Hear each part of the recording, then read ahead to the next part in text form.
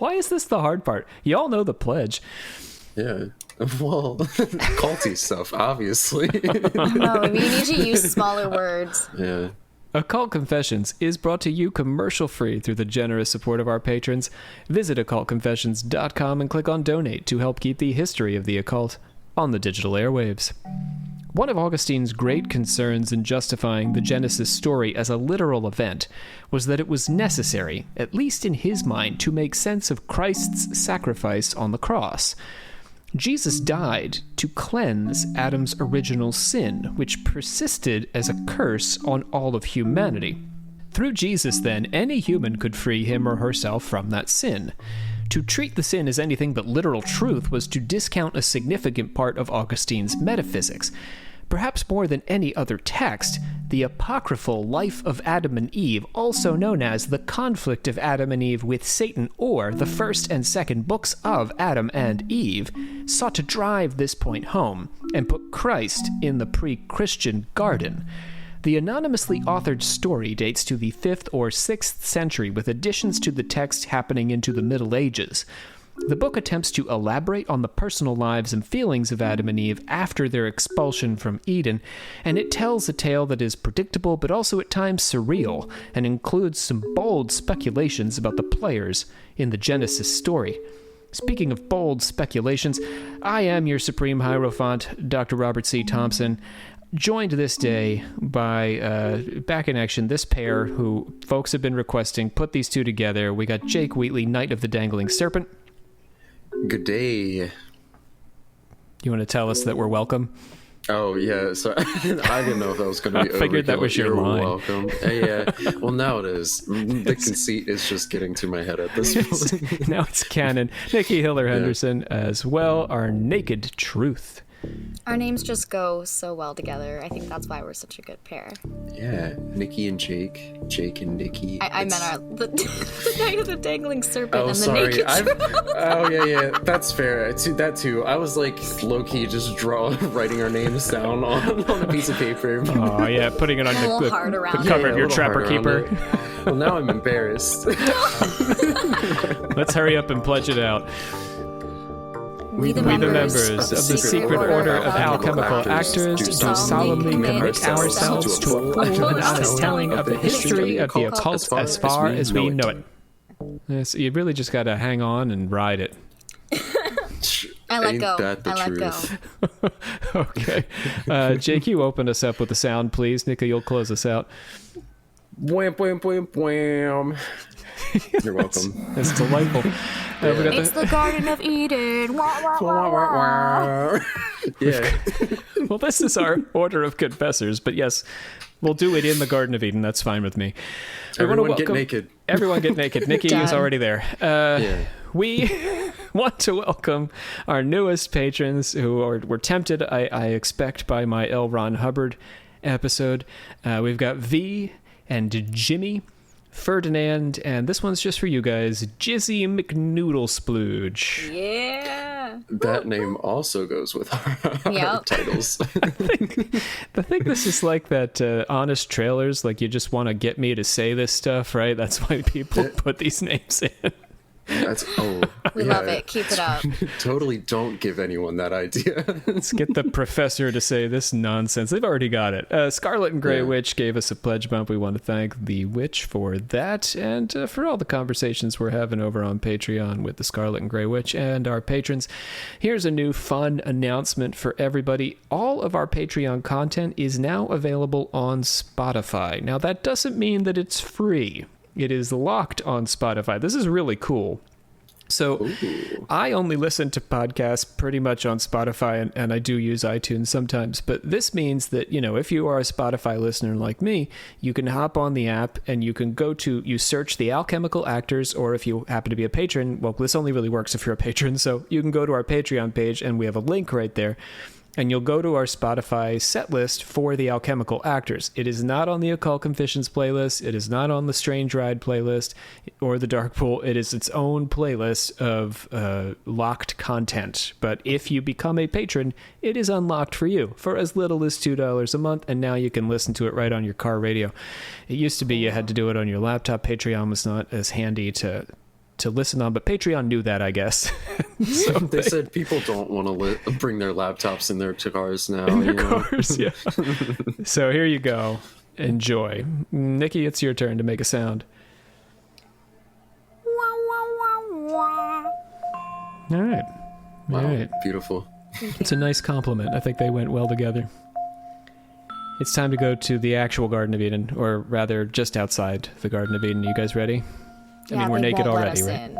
Yeah, they won't let us in. But Even just though we as took our they pants will off. not let us in.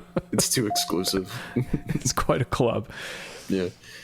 All right, yeah, this is a wild ride, so hold on tight.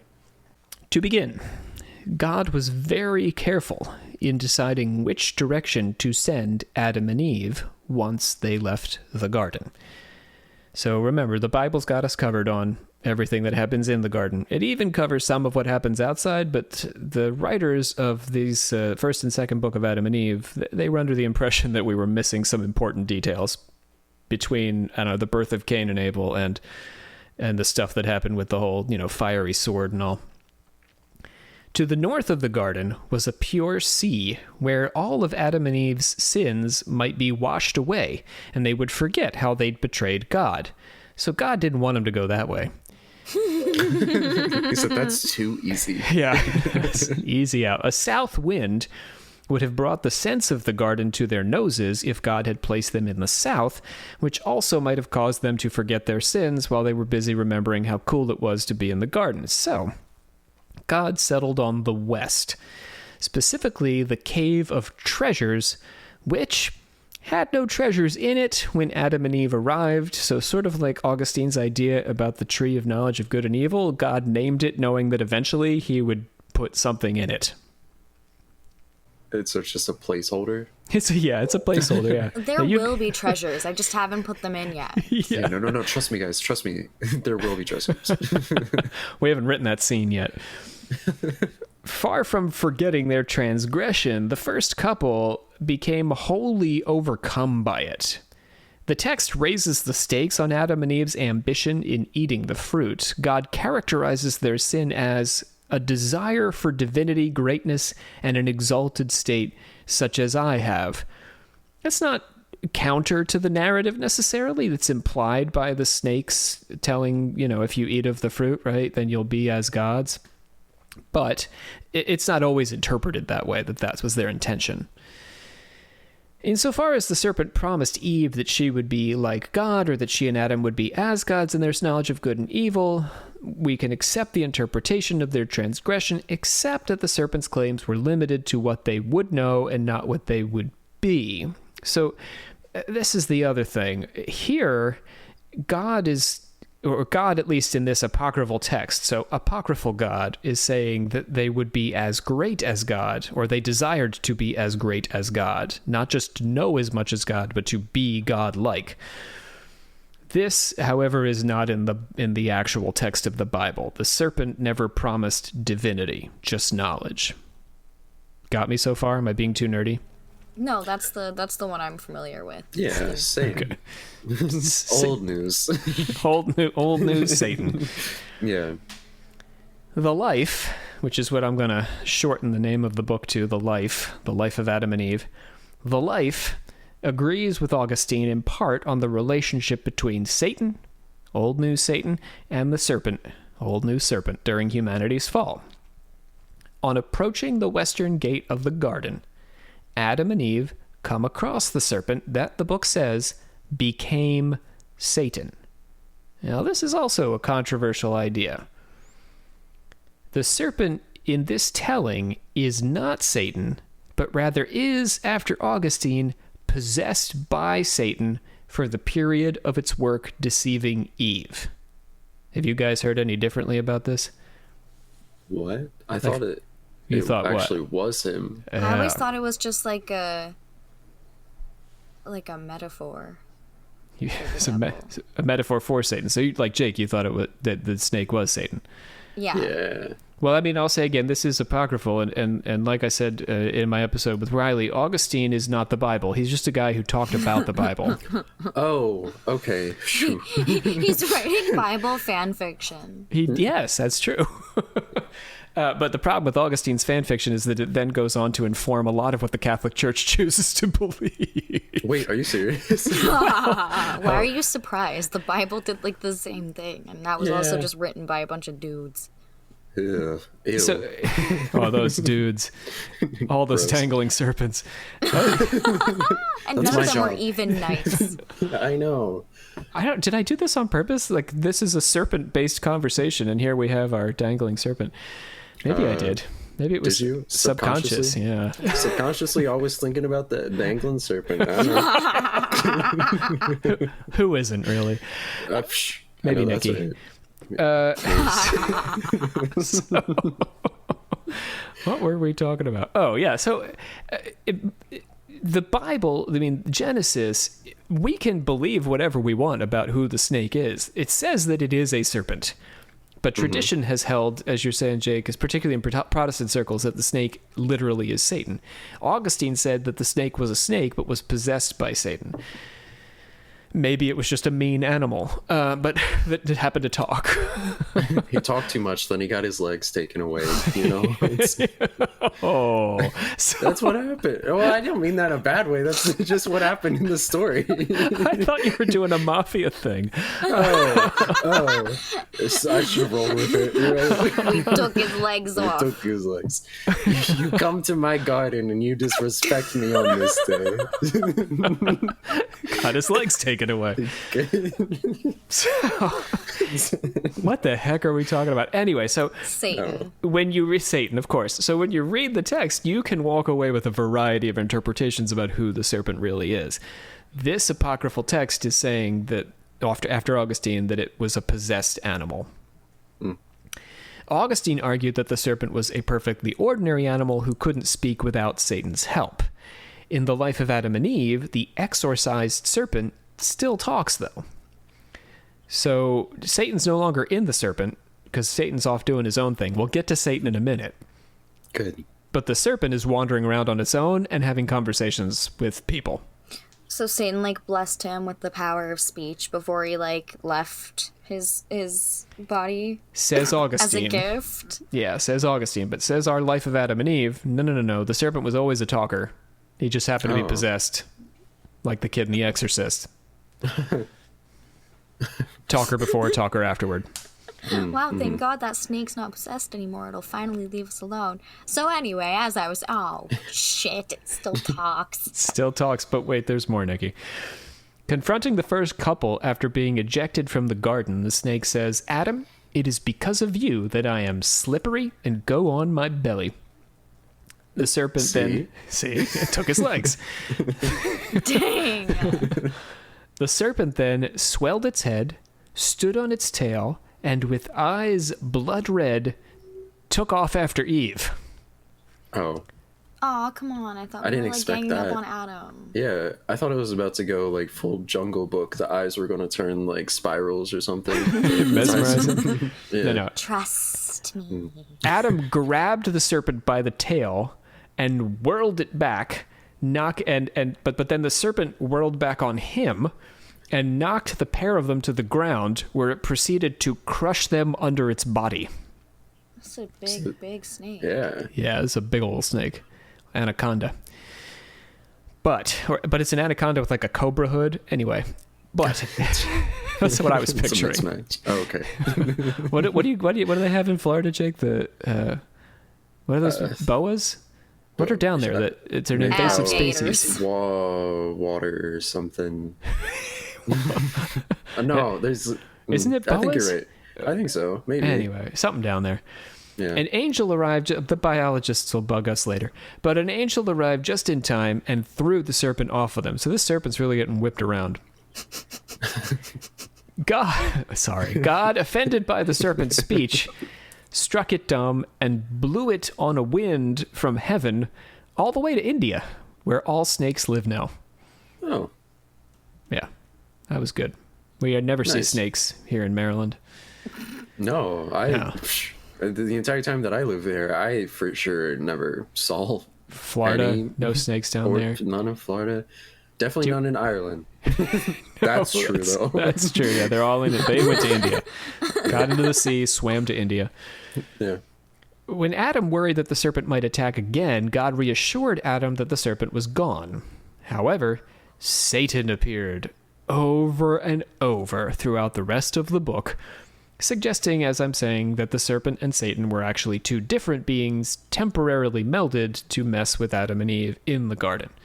Serpent gone in India. Tried to kill us. We're okay. While the book is staunchly in favor of the Old Testament God's decision to toss the couple out of the garden, the pair are so pathetic and panicked over their sin that their fairly abstract transgression often seems far too slight for the incredible magnitude of their punishment. These two are some sad sacks. You think you're sad? These two are very sad. Talk about daddy issues. Daddy issues, yeah. Oh, man, yeah. Oof. Right. Dad threw him out of the house. That's true.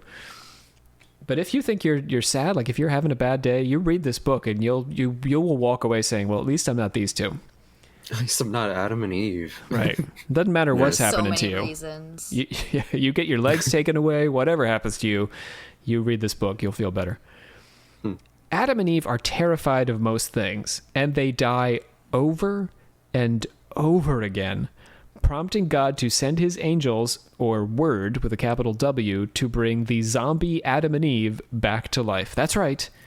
Zombie Adam and Eve. So it's just like they're not competent, so they just keep like, oh man, they did it again. Can you like go bring them back? Restart them? God. Like, oh gosh, let's go back to the last save file. It's bring these idiots back. It really is. Just walked right off a cliff. I don't know what to do with these people anymore. It does feel like a video game, yeah, that they just have to keep getting rebooted. Why didn't he just like straight up try making new people at that point? Like, these idiots cannot keep themselves alive. Well, this is not working. Like when do you decide the project's failed? Never. Okay, I'm gonna actually explain to you some of their deaths. Their deaths become, as we're saying, almost silly in their frequency. First, Adam beats his chest until he collapses and dies. Then Eve cries herself to death over his corpse. Okay, well, like that I get, but like because they're sad because God threw them out. Because God threw them out of the house. Oh, he's like wailing and like beating his chest like a sad Tarzan. Yeah, like a sad Tarzan. God, Eve, while crying herself to death, Eve asks God to blame her alone for their collective sin. Typical women just trying to take all of the guilt and everything. Martyr complex. Mm-hmm. When they learn that they have to drink water, they go down into the water flowing from under the tree of life out of the garden and drown themselves. They breathe it in. That's not funny, but God revives them again. When they go inside the cave of treasures and experience darkness for the first time, Adam throws himself on the ground and dies. Presumably out of fright. He is so terrified of darkness that he dies. Get him a nightlight, God. Eve laid next to him, also terrified. God revived Adam.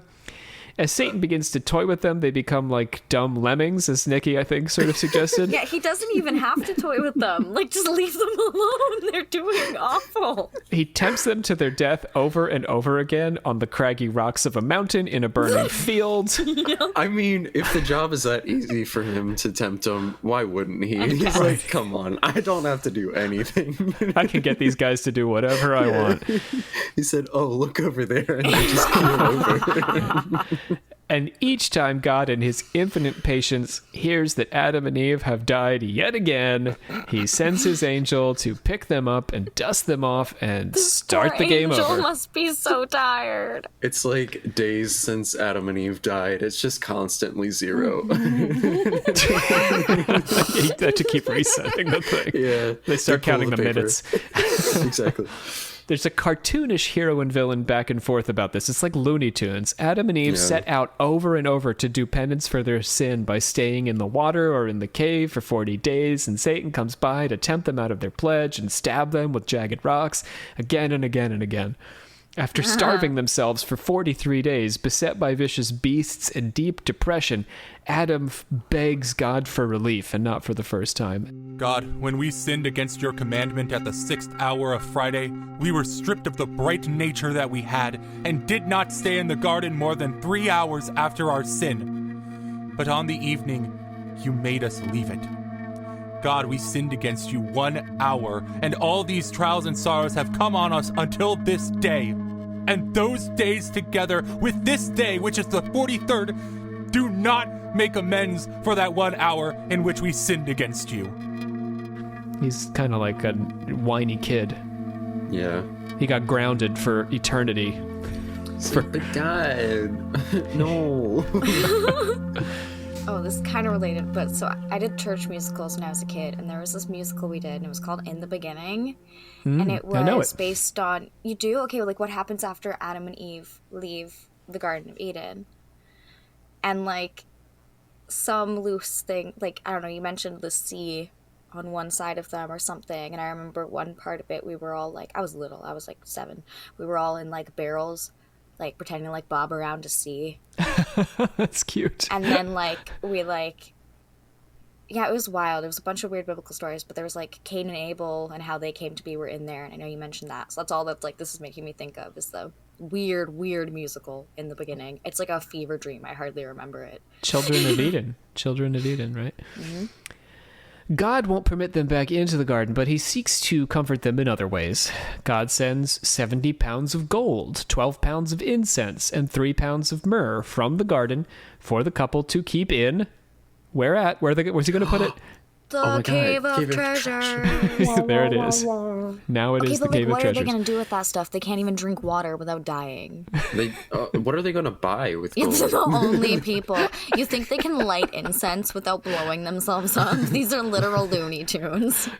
Adam just grabs the bar of gold and starts wandering around, screaming out for someone to sell it to. Tries eating it, dies. He said, "Show me your wares," and there's no one around besides the two of them. Sort of cruelly, given what we're talking about here, God points out that in the future, these same treasures would be carried across a desert by 3 kings to God's incarnated infant form. Oh, so FYI. It's just like a present for himself. Gold, frankincense, and myrrh. Yeah, basically. Just hold these presents for me and give them to me on my birthday later, okay? Thank you. It's symbolic, but yeah, useless to Adam. God promises Adam that in 5.5 days, the Word will redeem Adam and his descendants, and Adam will be returned to the garden and be able to eat from the tree of life. 5.5 days. So that sounds okay. Adam, who has no descendants just yet, is confused. And God explains that what he means by 5.5 days is actually 5,500 years. Of course. Yeah. Now, this is, we're going to get a little nerdy here. This is a potential interpretation for the time span in Genesis 1. Not the only interpretation, but how long ago, right? This is an important Protestant question. Maybe a good Catholic question, too. When were Adam and Eve made? When was the earth formed?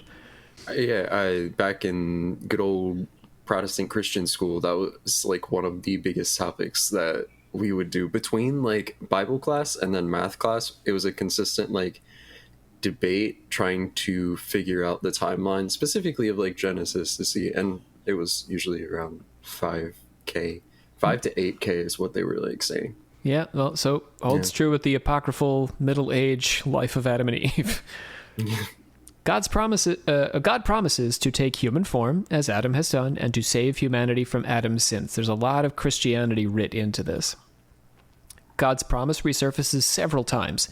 When Adam spills his blood, God promises to spill blood for Adam and his children. When God shows Adam wheat, and Adam sacrifices grain to God, God promises that he will make bread, his flesh, and that bread will be offered continually on an altar to provide forgiveness and mercy to those who partake of it, the communion. God's new covenant with Adam includes both God's return to earth as Christ to redeem all humankind and the personal redemption of Adam himself. Since Adam will be long dead by this time, though, God must rescue him from hell. Okay, but like, what has he been doing to them? He's just been torturing them this whole time. Like, they are in hell. Well, yeah, they're not having a good time. That's true. I don't know. God's not. Satan's torturing them, and God's just keeps picking them up to be. Yeah. The torture, I guess, was kicking them out of the garden. God's not trying to hurt their feelings. He just won't let them back in the garden, and it sucks everywhere else. Petty. Yeah, I mean, if he's bringing them back consistently, They're consistently, he sees this. They're going through the pain over and over again. He's like, no, they won't get it right this time. Nope. Yeah. It's like dad threw you out of the house, but dad keeps dad let you kill yourself by walking off a cliff and then brought you back and watched you do it 5 more times. Maybe laughed. Yeah, well, or I mean, that's dark, but yeah, if I take it away, I want to try to make this a little bit lighter. So if your dad threw you out of the house and then, you're living on the street corner in a cardboard box, and then every time you're down to your last weenie, dad drives up and hands you $20 and then drives off. That's a little bit, I think, where we're at here. As soon as you're about to starve to death, your dad drives up, gives you $20 and then drives away.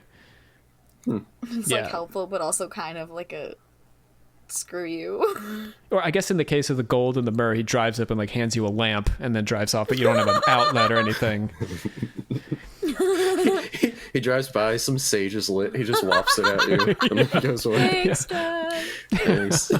I feel cleansed. And hungry. All right, so God tells Adam, if you said, give me the water of life so that I can drink and live, it cannot be this day, but on the day that I will descend into hell and break the brass gates of brass and bruise the kingdoms of iron into pieces, then I, in my mercy, will save your soul and the souls of the righteous to give them rest in my garden. That will be the time at the end of the world. You guys know what this is called? You ever heard of this? It's called the harrowing of hell. Oh. That's badass. Yeah, it's it was an important event for end times event for medieval people. But today I don't think anybody really thinks much about it. But Jesus was supposed to go down into hell and save Adam and everybody. Oh. Yeah. Sounds like an episode of Buffy the Vampire Slayer. It's kind of cool. Yeah, there was a play. It was a medieval play about it. I hope to do one day. Anyway, after Satan starts a fire outside of Adam and Eve's cave, God parts the fire for Adam to pass through, and God says, see this fire kindled by Satan around your cave. See this wonder that surrounds you, and know that it will surround both you and your descendants. You're all going to hell. When you listen to his command, that he will afflict you with fire, and that you will go down into hell after you are dead. There will be no deliverance from it for you, but at my coming. In the same way as you cannot go into your cave because of the big fire around it. So you're going to have a bad time, Adam. It's going to get worse before it gets better. But eventually, God's coming. But he already said long after you're dead. Well, yeah. I'll save your soul later. Don't worry. Yeah, he will. I'll get to you. Getting back to our box metaphor, it's sort of like, now what am I going to do? Now you've developed, I don't know, some horrible addiction issues, and you've, I don't even know, your whole life has gone to hell. Yeah, you all of your dogs have died. I don't know. You're having a very bad time. Yeah. And then now your dad comes by and he says, you see that mansion over there on the corner? I bought that for you. And he drives off again. He just didn't give you the key. Yeah, but it's been a long, now you're 50. Dad kicked you out of the house when you were 17. Now you're 50. He said, this was 20 years ago. I actually got this for you, but you weren't ready for it yet. Right, that's the idea. You are, yeah. You can go into it. Yeah. Yeah, your horrible box-based life suddenly ends. You seem to enjoy the box, so I didn't want to take it away from you. I wanted you to learn your lesson real good. Yeah. God's comments on Adam's redemption raise some interesting questions about the biblical timeline of the book. Traditionally, the harrowing of hell when Adam was rescued from the pits of despair took place in the days between Christ's crucifixion and resurrection. This means that the 5,500 years would have elapsed mostly before the birth of Jesus of Nazareth. So do you see what I'm saying here? The harrowing of hell is not actually something that's taking place in end times. It's happening. So Jesus dies and is resurrected. And when Jesus dies, Jesus goes down into hell, rescues everybody, and then returns to earth. Oh, yeah. Okay. That sounds a little bit more familiar. Yeah, now. You've heard that doctrine? I'm getting a vision of this one Christian bookstore that I went to, and there was a video playing on there, and I'm pretty sure it was something like that. Jesus went down, but it was like after he died. Yeah. I don't know, maybe. It was in that middle period. But the apocryphal story of Adam and Eve, the life of Adam and Eve, has a different interpretation. So I'm giving you what was generally believed by medieval people. However, in this book, God specifically tells Adam that he will be saved at the end of the world. This is an unusual date for the harrowing of hell, but 5500 BCE is also an unusual date for the Anno Mundi, or year of the world's creation. The Anno Mundi was traditionally calculated, as Jake will tell you from his Christian school upbringing, by adding up the time between the events of the Torah or Old Testament. Did you do this? Yeah. In the 17th century, Archbishop Usher argued that the creation happened in 4004 BCE. It's a nice palindromic number. But this date would not have been familiar to the authors of The Life of Adam and Eve, because it's the 17th century, and they were writing much earlier, in the Middle Ages or before. In the Seder Olam, a succession of the world's history dating to the 2nd century, Rabbi Jose B. Chalafta of Sepphoris, probably not Jose, Jose B. Chalafta of Sepphoris, set the year of the creation at 3751 BCE. Not as elegant a number, but still, probably very mathematically, correct in the way it's been arrived at. Yeah, why not? 3751 seems very specific. Given the timeline promised to Adam, this anticipated the dawn of the apocalypse in 1254 after Chalafta, or in 1496 after Usher. So if we follow the Rabbi Chalafta, the world ends in 1254. If we follow Usher, the world ends in 1496.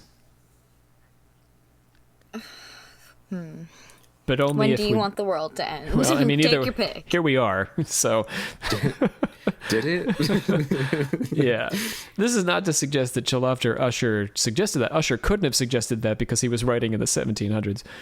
But that if their dates were correct, and then we do the math from this book, the apocryphal Adam and Eve, then the world should have ended ages ago, in the Middle Ages, or the Renaissance. Who's to say it didn't? This is World 2, the sequel. Yeah. While they wait for their redemption in hell, and they're not in hell yet, they're up here with the rest of us. Well, we're not here yet, but they're here. We're here in their sperms and eggs. Just waiting. Just waiting for our turn to have at it. So while they're waiting to be redeemed and hanging around, they must suffer a series of indignities as a result of their fall. They lost their bright nature, capital bright, capital nature, when they came out of the garden. And what that means is they were no longer able to see angels, although they could still see the cherub with the fiery sword who God had assigned to guard the garden after their expulsion. That was just an intimidation tactic. All the angels are gone except for that one. The Don't angry mess with one. him. They could also see God's angels on occasion, and they could see Satan and his minions, at least when they chose to be seen, even though they were similarly made of spiritual stuff. So there's a little inconsistency here. The book tries to solve this when God initially defines the bright nature that he takes away from them. God says it's the ability to see great distances. You're all farsighted now. Well, we used to be. Now we can't see great distances anymore. Or we wouldn't even need video on this podcast. I could just see you. That would be kind of scary, though. Oh my god. You just like focus on seeing each other, and we can just see very tiny versions of each other in a distance. Yeah. Look out my window, and there you guys are podcasting. Just waving. Hey. In the garden, Adam could watch the angels cavorting in heaven. So that's really what they mean by see great distances. All he had to do was look up. But after the fall, he can't do that anymore.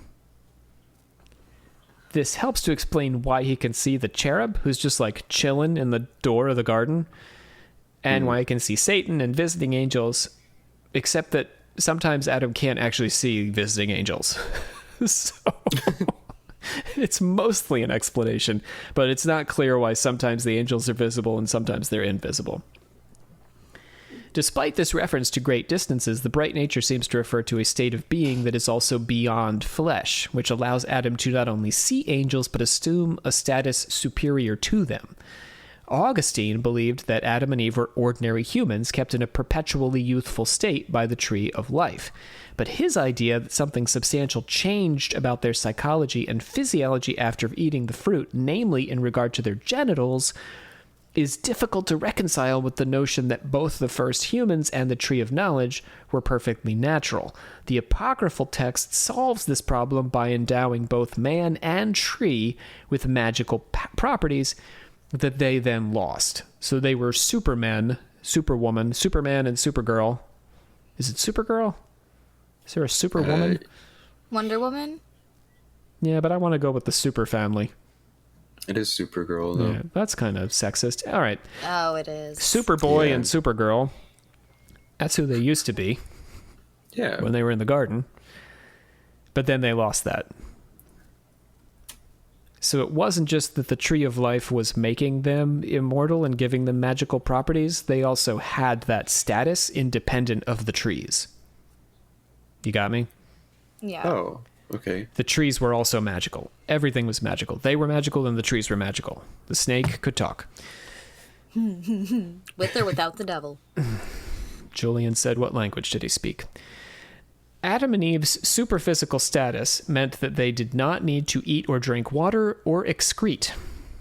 All practices which they had to learn and were reluctant to adopt after they left the garden.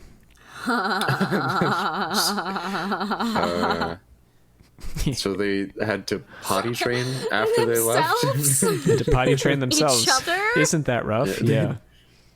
That would be kind of traumatic, I assume. This is probably not a tangent that needs to happen, but that would be a little traumatic if it's just like the first time that it happens and it's like, what's happening to me? What is this? That is pretty upsetting, yeah. I mean, let's go back to our cardboard box, shall we? Let us imagine you are 17 years old and your dad never potty trained you. It's the first time you ever use the bathroom. You don't know what to do. You've had diapers all this time. Now your diapers have been taken away. Why have you forsaken me? Right. So this is how they responded. They fasted and wouldn't eat their first fig for 83 days. They took one shit. They were so traumatized. They're like, I'm never eating again. They're preemptively traumatizing. Like, they don't even want to get to that point. So wait, they were just assuming what would happen? They knew it wouldn't be good. Make me shit. It's not going to be good. Like, they held out hope. What? Never mind. No. Not worth it. That was going to be too much. No, definitely not. They held. Oh, now I want to know. Go ahead. Come on, do it. Okay, I'm assuming that. I'm trying to think of like the anatomy of this here. So like they had these parts, right? Mm-hmm. They had an anus and a penis and a vagina. Exactly, but they just weren't aware of what they did. But as soon as they left, they were like, I don't know. I feel like that's just bad news. So they couldn't be for that. Yeah, they could. Yeah.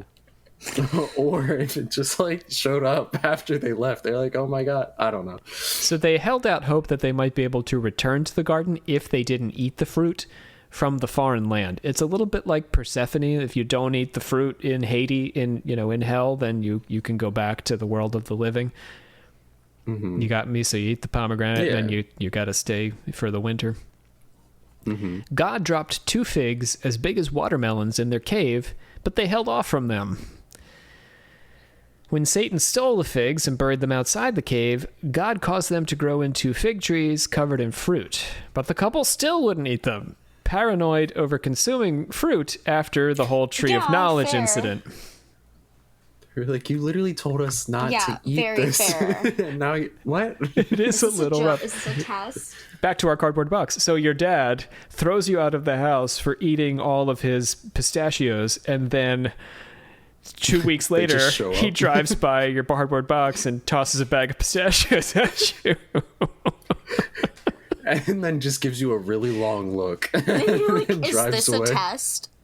I think are you getting the feel for why this book is apocryphal? This is why we couldn't put it in the Bible, I think. It is in large part because like this story we're telling about the cardboard box pretty well reflects God's relationship with Adam and Eve in this whole book. It's so arbitrary, and God appears a little bit manic in relationship to them. God, I beg you, if you know that there is either death or some other evil in these trees as the first time, uproot them from near our cave and make them wither, and leave us to die of heat, hunger, or thirst. The couple become thin, depressed, and worn, going naked in the harsh elements, until God shows them where a pair of lambskins can be found, which the lions, I'm thinking about loins here, because they're covering their bits. I mean, you did say lambskins. So God shows them, this is pretty hilarious, God shows them where a pair of lambskins can be found, where the lions have conveniently eaten the lambs out of the skins, and left the skins. The lions just made them outfits. Like sucked the lamb out of the skin. Something. I don't know how they did it.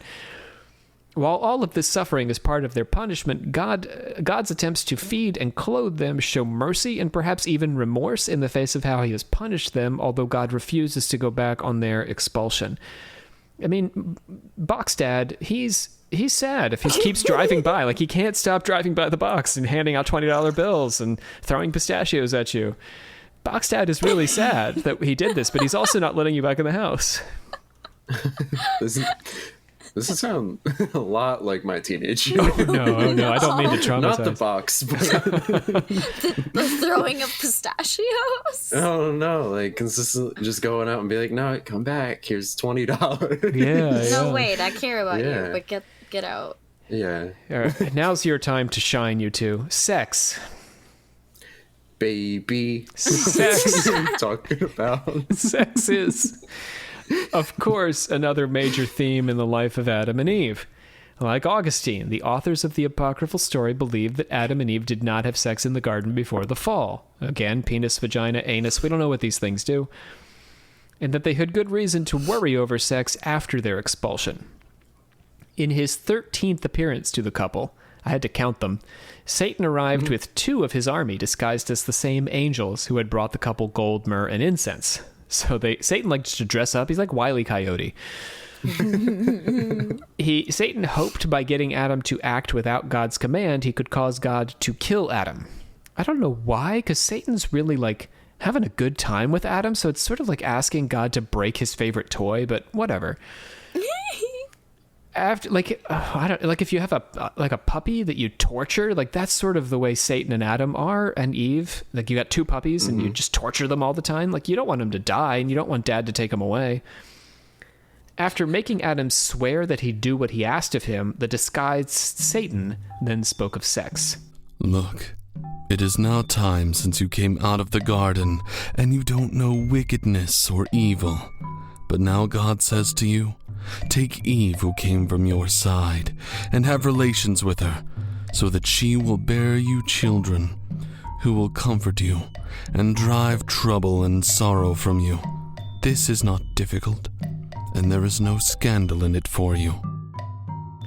But Adam is suspicious, because, Satan likes to dress up in disguises, and believed that if he like a Scooby-Doo villain. Yeah, you take the mask off. It was Satan the whole time. It's always Satan, though. Like, there's no mystery in the Scooby-Doo episode. It's always going to be Satan.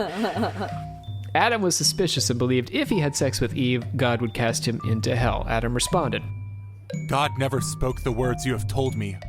You are demons who have come to me under the false appearance of angels. Get away from me, you cursed of God! He really said, not today, Zig. You thought you could trick me. I ain't going to Pound Town, baby. I think a lot of our phrases about Satan, get behind me and not today, they really ring true in the apocryphal story. Yeah. Undeterred, Satan and his army disguised themselves as 10 maidens who waded out into the river. Satan said, this'll get him.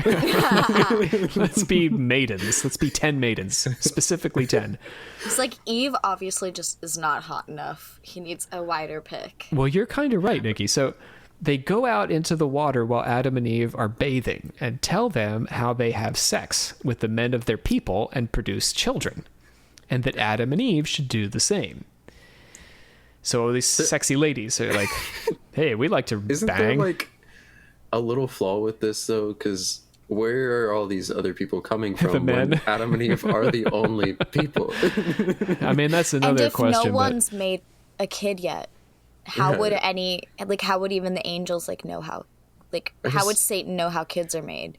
These are the It's same like people kids are that never kept been dying. made. You guys sound Over and over again. you guys sound just like Adam. Adam was suspicious again of these other people. These other people, by the way, who seemed to exist, even though God had never mentioned there being any people other than him and Eve. So, because suddenly there's just 10 chicks in the river with them. I've never seen one chick, Yeah. let alone 10. Well, he has. He's seen exactly one chick, and that's all Like, that where exists. did you come from? Yeah. They're trying to have sex with him. He's like, no, I just have so many questions. Where have you been? Where did you come from? How did you get here? And they're like, but shouldn't you be banging? Why don't you bang? Yeah. We'll get have to you been that here the whole later. time? Don't. And he decided to ask God if sex would be all right. So God's... Dear God, can I It's me, bone Margaret. down, please? So this was the original inspiration for Judy Blume. Oh my god. So Hey God's... there, God, it's me, Adam. Hey God, it's me, Adam. So God sent... I just got my period. So God sent...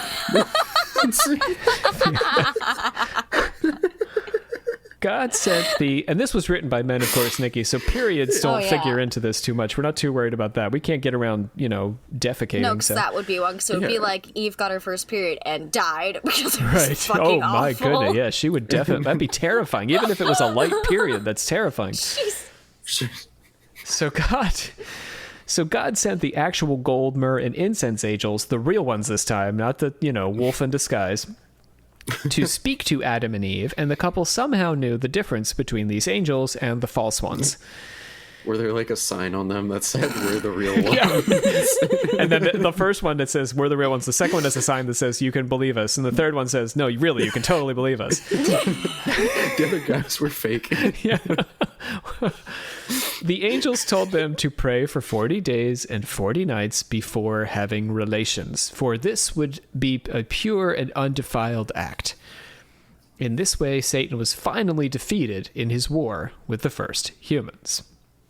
But he But- wanted them to have sex, and now they're gonna have sex. Well, God does want them to have sex. Wait, he wanted them there's to have a sex right way to without do it. God's Yeah, yeah. permission. They and have God to- says, if you even want to think about sex, you gotta pray for 40 days first, you Yeah. little hoe. You got to earn that That's sex. what Yeah. You do that? That's what my parents told Oh, me. I was- Yeah. They said 40 days, and then you can Have a good time. Whoever you want. dive on in. Have as many people as you want, but it's 40 days, and then you're good to go. Invite the 40 neighborhood. days. Do you have to wait 40 days between each, sex? That's That's why yeah. you gotta get everyone involved. Yeah, you gotta have this a- first go around. Yeah, is it like... Big 'cause- ol' orgy. yeah, I was gonna say, does it count? If it's Yeah. Anyway. It's like tantra. Yeah, you cram in as many orgasms as you can, then you wait again. I know that's right. Despite pray for having 40 God's... hours. This is not the life of Adam and Eve. Okay, so Oh. despite having God's blessing, Adam and Eve did not have a lot of sex in the life of Adam and Eve. Sorry, you two. Well, I mean, if they did have to wait 40 days, It's gonna slow by them the down. time the 40 days, it's And they're crying a lot and dying in the middle, so yeah, it's a whole affair. Eve gave birth to Cain and his twin sister Lulua. Huh? I've only ever heard Lua. of Cain and Abel. Yeah, they never named the chicks, but there are women. They do have Of sisters. course there are. They just Yeah. hate us. So Lulua was the most beautiful of girls. So when you name your child Lulua, you could explain that to her. Then they waited a few years and conceived Abel and his twin sister Aclemia. That's a sick name. It's a sick Yeah. name. As in, it sounds like an illness, or No, I mean, kind of. both. you like it? So your daughters will be Lulua and Aclemia. Yeah, down with the sickness. Then 7 years passed after Cain killed Abel before they finally conceived Seth, after which they never had sex Seth? again. Seth. Yeah. Seth is a biblical. Seth. Seth? He's biblical. Yeah. Oh my god, you have Cain and Abel and a trachea and whatever her name trachea. was, and then Lulu Seth. Rose and freaking... The girls then get the longer Seth? names. Yeah, Seth's the last guy. And Seth. Oh, that's funny. Like, well, we're gonna have to credit the Bible here with that joke. Like Augustine, the authors of the Life acknowledge the need for sex to carry the race forward, but they're squeamish about endorsing sex too enthusiastically. You couldn't do it, just don't have fun. Right. 40 days and 40 nights. Well, I think Jake's having some fun with the neighborhood orgy, but... You bet. Yeah. Yeah. Yep. You know what? Let me see if I can finish the box thing. Let's finish the box story. So you make a girlfriend who also has a box. She got thrown out of her house. She lives next door to you. Or a boyfriend, whatever. And next box to you. Your dad drives by and sees you holding hands, and he's like, "Slow down there, son. You get away from that box." You put your box on the other side of the street. And when I drive by and throw pistachios at you next time, then you can bang her.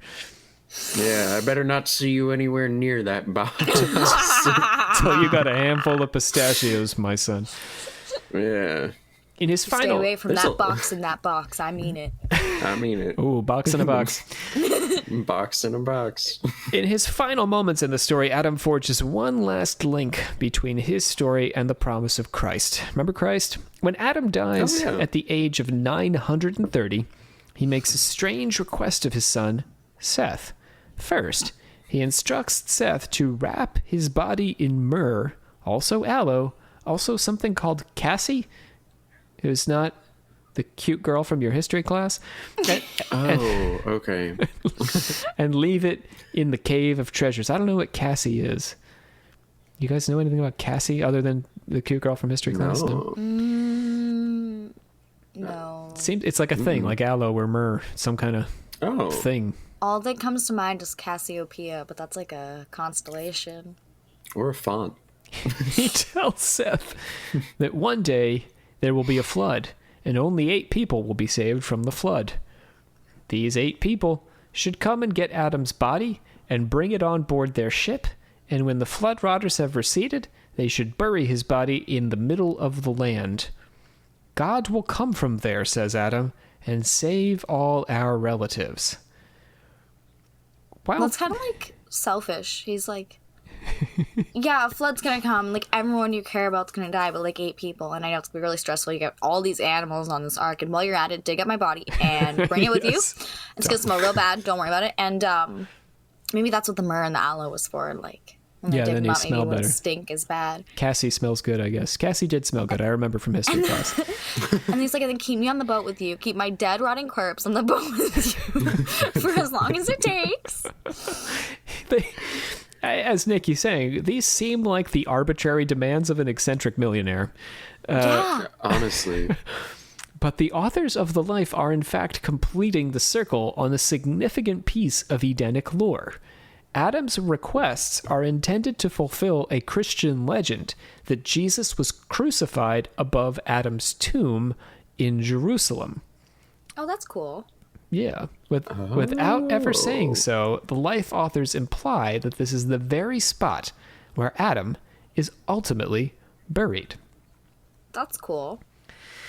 I mean, when we think about this book, that's really its whole project, is to put all the Christian lore together, the harrowing of hell and, Adam's tomb and all this sort of stuff, and connecting Christ up with Adam and God's relationship with Adam and Eve.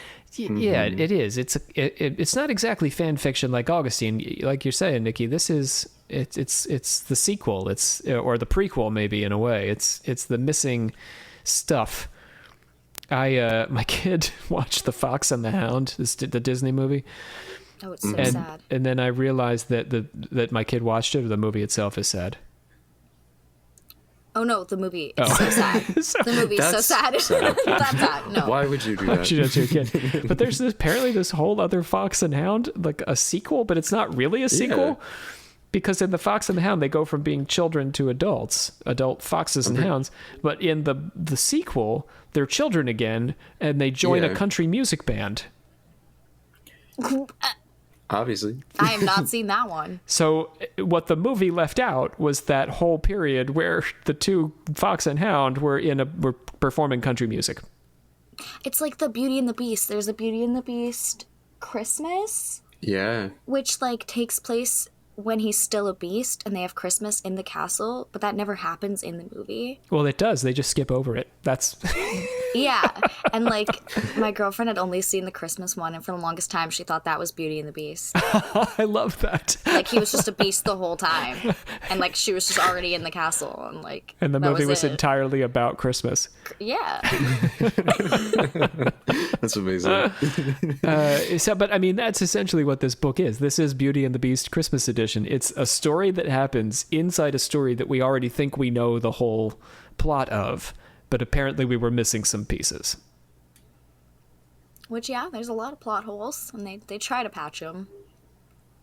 Yeah. And Adam and Eve, after all, I mean, the stories in Genesis were written by Jews. They were part of Judaic lore, but were adopted by Christians. So all this Christian stuff would never have found its way into the Pentateuch. It has to really be done after the fact. So that's our banned or secret book of Adam and Eve. Final thoughts, Nikki and Jake. Eve was like severely left out. You wanted to hear more from Eve? Well, it's just every time they mention something that like I'm assuming happened to the two of them, it seems like the wording is always like, and God promised Adam this, and promised Adam this, and Adam has to be buried here, and where the hell is Eve? Very patriarchal, Does she not have to be buried somewhere too? Is she like on the side of a road somewhere just rotting wrapped in myrrh? Like, did God not give her commands? Well, I don't want to take anything away from you, Nikki, but Christianity is kind of a patriarchal religion. I know. I had a Christian phase when I was a teenager, and then I like figured that out really quick. And I was like, I can't be a part of a religion that hates me. As Riley and I were discussing, it's the Father and the Son and the Holy Spirit, and there's not much room for ladies in there. Nope. Divine feminine. Christianity took away all the power of the divine feminine, which is crazy because that's where life comes from. Anyway, that's a different tangent. The Rosicrucians were going to put it back not for enough you. Eve. Not enough Eve. I like the story. Not enough Yeah. Eve. Okay. Jake, what's your takeaway? I mean, yeah, that's need more Eve. I don't know. Well, like you were saying, even the whole like deaths that we were going through, it was like, oh, Adam keeled over, and then Eve was sad about it, so she died. So like, that's cool, I guess. She's an afterthought. Yeah, that's sad. Would you have liked there to have been more serpent? Oh, always. There was a lot of Satan, but still not enough Satan. Not the same guy. Not the same guy. I did like how cheeky Satan was in this, like just like toying with him. I mean, yeah, he's just messing around. He's just having a good time. Everyone has a hobby. Satan's during this period was to just get them to either die or to have sex, and he achieved both of those things. Technically, he was upset in the end, but like, you know, and I mean, the sex thing. It sounds like they had multiple kids, but I mean, that was like God okayed that in the end. Yeah, God's put the stamp of approval. So on what that. happened to the sisters? Like Cain and Abel's sisters that I've never heard of them before. I believe they were the mothers of the rest of us. Yeah, that's what I was gonna say. They were their partners. We can't just gloss over this without the incest of the whole thing. Like, we haven't mentioned it once. We gotta bring it. Yeah, Are they sister and brother? Are they born to be husband and wife? Because that's really weird. Not much alternative. I remember like back. This was a weird thing back in Christian school too. I had asked about this specific thing because they brought up like the wives and stuff of them and how they were like sisters, and I was like, that's a weird thing to try to just gloss over right now. You're telling me that like, at least this could have just been like from the denomination that I was under, but they were just like, yeah, they were like born to be together, and I was like, but it was okay. You're saying that's okay? Yeah, that's not. It was a different time. It was a different time. Oh, that's exactly their reasoning. It was just a different time. They were like, well, I mean, back then they didn't have any options, and I'm like, that's gross. That's not okay. Why didn't God give them options then? Yeah. Like, if he could make people, he made Eve. did he have to make them all related? Well, I mean, this gets into he did that on purpose. He's just like an incest stan.